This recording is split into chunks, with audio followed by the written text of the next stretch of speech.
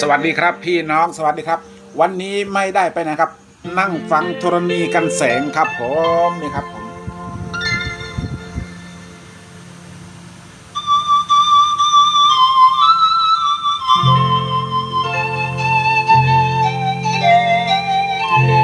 วันนี้ไม่ได้ไปไหนครับผมรำลึกถึงปู่ย่าตายายที่ท่านจากไปแล้วครับนั่งฟังแบบเงียบๆคนเดียวครับผมคิดถึงปู่ย่าตายายที่ท่านจากไปนานแล้วครับนั่งฟังธรณีกันแสงคิดถึงปู่ย่าตายายนะครับผมวันนี้ไม่ได้ไปไหนครับผมอากาศเหมือนฝนจะตกครับบรรยากาศเย็นดีนะครับผมนั่งฟังธรณีกันแสงครับผม